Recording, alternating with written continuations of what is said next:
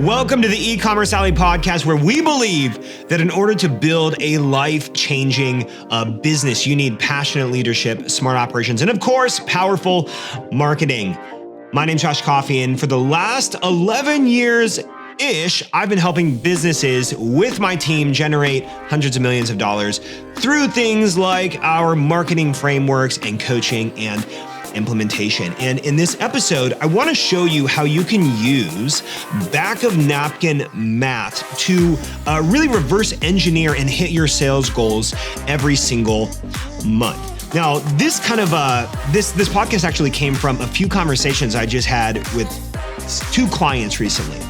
And the first client had 7,000 units that they needed to sell, and they needed to sell them in the next month. And the second client had been doing about $130,000 a month and had set a goal to do $210,000 the next month from a revenue standpoint. And the great thing about marketing, like I geek out on this stuff, because the great thing about marketing is that it's a mathematical equation. And so what I did was I broke open a Google Doc and I just laid out their plan. And I did it kind of like Back-Of-Napkin style. And so I'm going to show you how you can reverse engineer to what it takes to accomplish your sales goals every single month. And we do this in our business. And so if you want to know, hey, how do I sell this many units, or how do I produce this much revenue? I'm just going to show you the breakdown and how we get to that, taking everything into consideration. And this is really important because it's going to help you forecast revenue for the month, for the quarter, for the year, as well as units. Now, I will say from a time span, a year is pretty hard to forecast what you need to do from a marketing standpoint. Now, we always do. Every year we forecast, we want to do this much revenue. It means we have to move this many units. And then it means ad spend is going to have to do this, email will have to produce this, organic will have to produce this. And we break it down, and then you get toward the end of the year and you realize my plans are like all over the place, because if you're off pace, then everything kind of falls apart. And so we like to do this just 1 month at a time, at the most, a quarter at a time. And the good thing about this is it's going to help manage your expectations. And it's like a simple process if you're trying to sell a certain number of units or achieve a certain revenue number. And so we can mathematically figure it out. And that's what I want to walk you through right here. And so there are really two simple equations, but ultimately what we're going to do is we're just going to have to figure out what our ad spend requirement is. And it's not just because I love ads, which I do, but it's because ads are the most predictable way to produce customers, and they're the most scalable lever you can pull. Like if I wanted to go from 130,000 a month in revenue to 210,000, or insert whatever your goal is from where you're at, that's a pretty big jump, right? That's an $80,000 jump, and $80,000 represents a large percentage jump in a 30-day period of time. And so I could want to hit that. But if ads aren't the way that I get there, and I'm trying to use like social media and I'm trying to use email, you can only produce so much from those. Like if I go post 10 times a day, it's not going to produce. And if I normally post 1 time a day and I'm like, hey, I'm going to post 10 times a day, it's not going to produce 10 times the results. It's going to diminish the returns very, very quickly. Whereas advertising, you can pull the lever and there are going to be some fatigue in results and diminishing of returns, but it's not going to be nearly like everything else. And so I want to give you the equation that we kind of use to do this. And I'm going to show you how to reverse engineer by units. If you want to sell a certain number of units, similar process, but the numbers just change a little bit if we want to reverse engineer by revenue. And then once you figure out how much you need to spend on ads, here's the cool thing. You just spend that much on ads to bridge the goal deficit. So here's what the equation kind of looks like. So like, for example, if I'm doing units, I'm going to simply take my goal minus the organic expectations. And when I say organic expectations, I mean, what do I expect to sell from email, from social, from direct and miscellaneous, from Etsy, from Amazon? That's what we would consider organic expectations, things that don't require ad spend. And so if I take my goal minus my organic expectations, that basically gives me my goal deficit. And then I just have to reverse engineer, how do I make up this goal deficit? And guess what? Ads are how we're going to do that. And we just have to figure out, how much do I have to spend in ads to make the goal deficit, to make the goal a reality so that my expectations are met. So for example, client number one, they had a goal of selling 7,000 kits. They saw these elf on the shelf kits. They're like really, really cool. And they wanted to sell they had 7,000 kits. They started with 10 or 11,000 and they had sold 4,000 or 3,000 of them. And they had 7,000 left. Like we need to sell 7,000 in this 30-day window of time.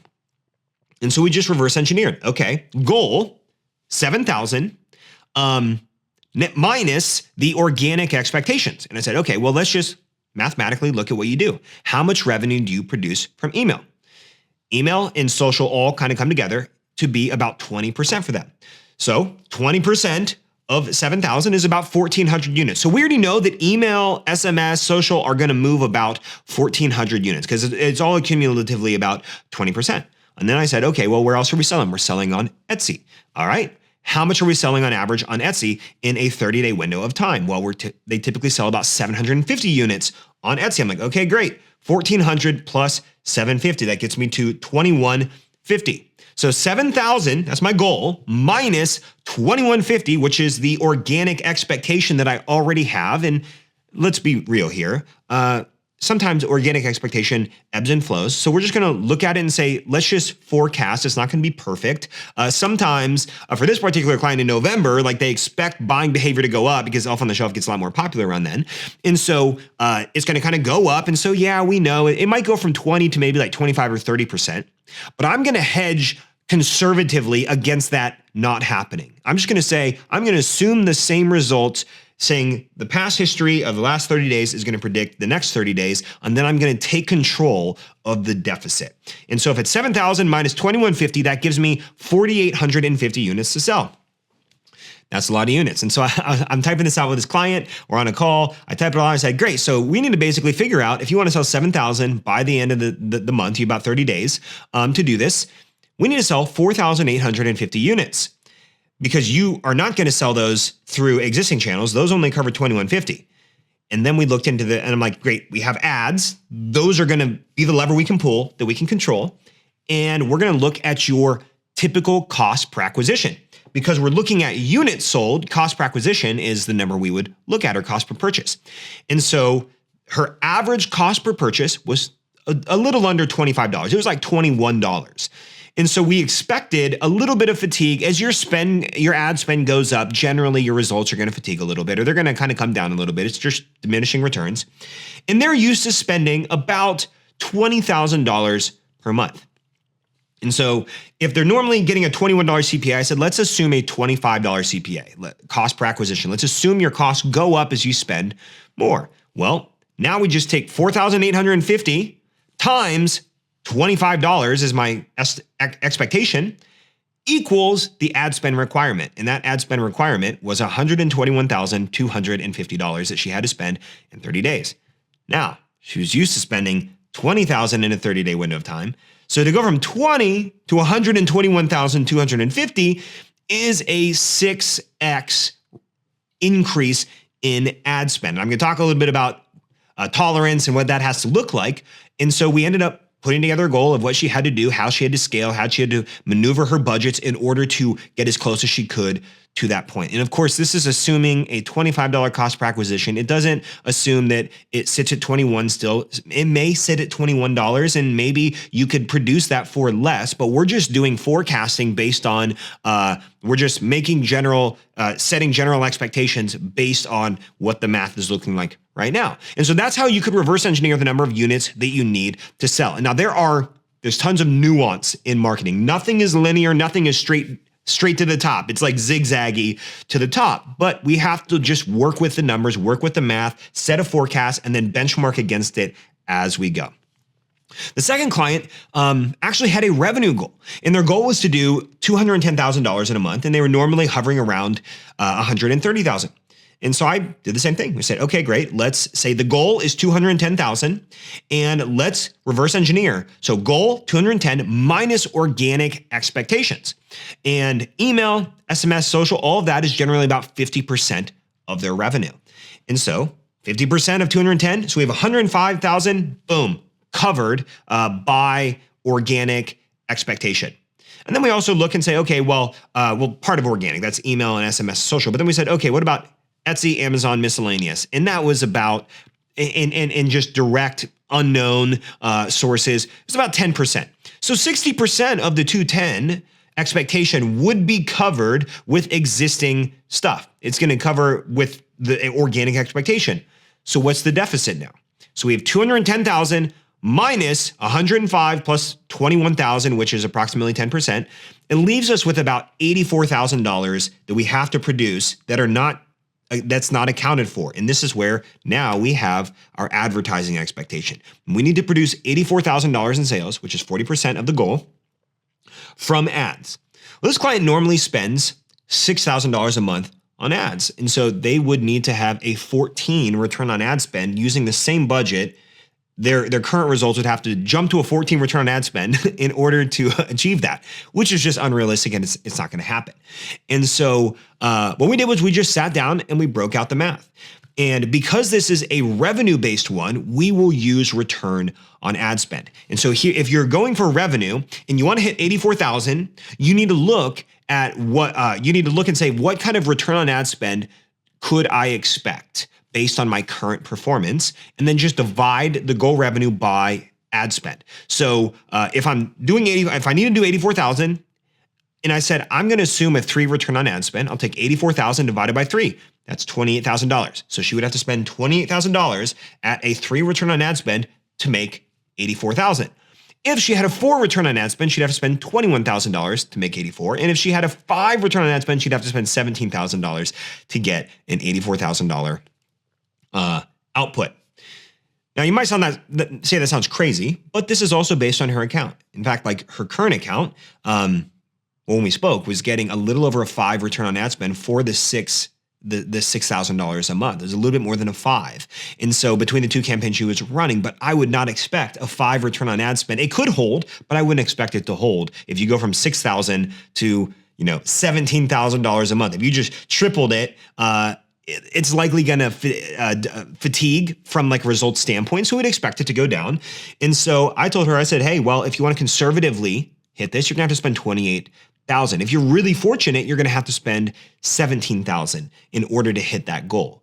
And so I told her to expect a 3 return on ad spend, plan on 28,000 in ad spend in order to hit that, and that will get you to the goal. And so that's what I love. I love that marketing is it's a mathematical equation. It's not an emotional decision. And if you just remove your emotion and you say, okay, I want to hit this number, how do I just reverse engineer? How do I get to that number? And so what we did was we just created a scaling plan, because you generally can't just take $6,000 in spend and jump it up to $28,000 in spend overnight without things just going haywire and chaos being created inside an account. You generally have to, there are different scaling frameworks that we'll use to get budgets up to where they need to be. But essentially she had to go from spending $200 a day to somewhere between $800 and $1,000 per day. And you can't just 4 or 5x budgets without something going wrong. And so we just created a scaling plan to get there in the next 30 days. And so the thing that is not in this equation, I think is important to consider, because I think that if you want to hit a number, you want to hit a goal, you have to reverse engineer it. To throw a goal out there without a plan is foolish. It makes no sense. It's like you miss 100% of the shots that you don't take is one thing. And so if you want to take the shot, you have to plan the shot too. So like if you want to land the shot, you have to plan what it's going to take to actually make the shot. And if you don't aim properly, or you don't even aim at all, then it's like you didn't even take, you like shot at like half court, or you shot from the 3-point line and you just barely landed on the foul line. So you have to actually plan for the distance in which you have to go. And if you want to land it, you're going to have to plan accordingly. You can't just like wing it and hope that it happens, because most stuff that we all wing in life, in our business particularly, most stuff doesn't go according to plan. So if you don't plan at all, then you're really screwed. So one thing that is important to note in here is that you could reverse engineer all of this, but what this does not take into consideration, this is all mathematical, but what this doesn't take into consideration is your tolerance level. And so like you may not have the tolerance to go from $20,000 a month to $121,000 a month. And that's okay. Actually, when I broke it down for this client, I was like, Leslie, you're gonna have to go from $20,000 a month in spend to $120,000 a month in spend. And you're gonna have to spend basically $4,000 a day in order to hit this, not $700 a day. And her eyes kind of lit up. She's like, oh. And I was like, yeah. And it's totally doable. There's steps to get there. But there's also this component of tolerance level. Do you have the mental fortitude to do that? And do you also have the tolerance, knowing your cash position in the business and knowing your risk tolerance? Like, do you have the tolerance to go do this? Like, because if the requirement is beyond your ad spend tolerance level, like you're like, I can't tolerate, like that's too much. I've never spent that much. It's kind of scary. I can't get over that. I don't know what I'm doing. If your tolerance level, if the requirement to achieve what you want is beyond your tolerance level, then you have to change the goal, or you have to lower your expectations of what your existing tolerance is going to accomplish. And what's kind of interesting is, like, sometimes we set goals because if we don't hit them, the business will be in a super bad spot. Like, and if this is the case, by the way, then if the business is gonna be in a horrible spot if you don't hit your goals, then you might be playing the game a little bit too aggressive. And you should consider throttling back your future goals and then how much you're buying in inventory so you don't put yourself under. But other times when we set goals for no other reason than setting the goal. For example, like this year, we were pacing about $200,000 short of our revenue goal that we set as a company. And so we've grown incredibly well this year. Last year was incredible. Like, every year has just been amazing. And well, not every year. Some years have sucked, but the last like 3-4 years have been amazing. And we've been growing like gangbusters. And this year we're pacing about $200,000 short of our revenue. And all we needed to do, we knew the equation. We knew what we had to put into ad spend. We knew what the sales team would have to do. We knew that, hey, we could just run a live event and we'll hit our goal and we'll cover the $200,000 gap. But the event would be in the middle of Q4, when our full focus generally in Q4 is just deep work, helping our clients really succeed in their businesses, because we work with e-commerce businesses and help them have successful marketing campaigns and be really profitable. And Q4 is like Super Bowl time. And so our focus is usually on our clients and deep work and product development and spending time with family and kind of slowing down a little bit outside of those few things. And the question would be like, well, what would be the benefit of doing this? Well, if we ran this and we made the $200,000 gap, we would have more cash in the bank and we'd be able to say we hit the goal. But that's really it. And part of the reason I own a business, that you might own a business, is yes, to build wealth and not have to adhere to like your bank balance to be the deciding factor as to whether or not you like go on experiences or like you buy stuff or you travel, whatever that might be. But the other reason that we own businesses is to feel a great sense of fulfillment and spend time with people that we care about, or at least for me, that is. And if we did that event, I would have been pretty MIA for a couple of weeks for our clients during their most busy season. And I would not have been able to enjoy several different friends and family gatherings and be able to take things slow. Because usually when we're in a heavy promo sprint and we're spending like $5,000, $6,000, $7,000 a day, there's a level of stress that comes with that, or a level of like work that comes with that, because you have to really be optimized every single day. And there's a lot of work and live events. And so if we did that, I would have added all this self-inflicted stress and chaos temporarily for a financial outcome that I would have felt a lot of pressure, all for the sake of more dollars in the bank. And so I kind of told my team, I said, hey, let's just keep doing great quality work and we're going to reap the benefits along the way. And everybody was on the same page. And then what we did, you know what? We were just okay with coming $200,000 short of what our revenue goal was, because we wanted to enjoy life. We wanted to like help our clients. We wanted to work on product development. We have new things that we're building and we're really excited about. And I'm so glad that we were able to do that. And so hopefully this was helpful. You could use simple back-of-napkin math to hit your sales goals. It's smart to reverse engineer what you need, because remember, marketing is a mathematical equation. It's not an emotional decision. And if you could just figure out the math, your confidence level will go up. You will have a game plan. You'll say, I need to accomplish this with this much ad spend, and it's going to allow you to predictably hit your numbers inside your business. Now, if you like this podcast episode, please do me a favor. If you're watching on YouTube, go ahead and give a thumbs up. Let's get some algorithm love. Same thing if you're listening on like iTunes, you're listening on Spotify. If you could, just take 5 seconds. Rate the podcast. It takes no time at all. It helps us out a lot. We would appreciate it. If you're an e-commerce business, and you're not in our Ecommerce Alley Facebook group, there's like a little bit more than 8,500 of us right now hanging out in there. We drop all kinds of good stuff in there. We do live sessions in there. And also you just have a ton of other people growing in their businesses that are all just like you. So I encourage you, go join it. Link is in the description, and I'll see you in the next episode.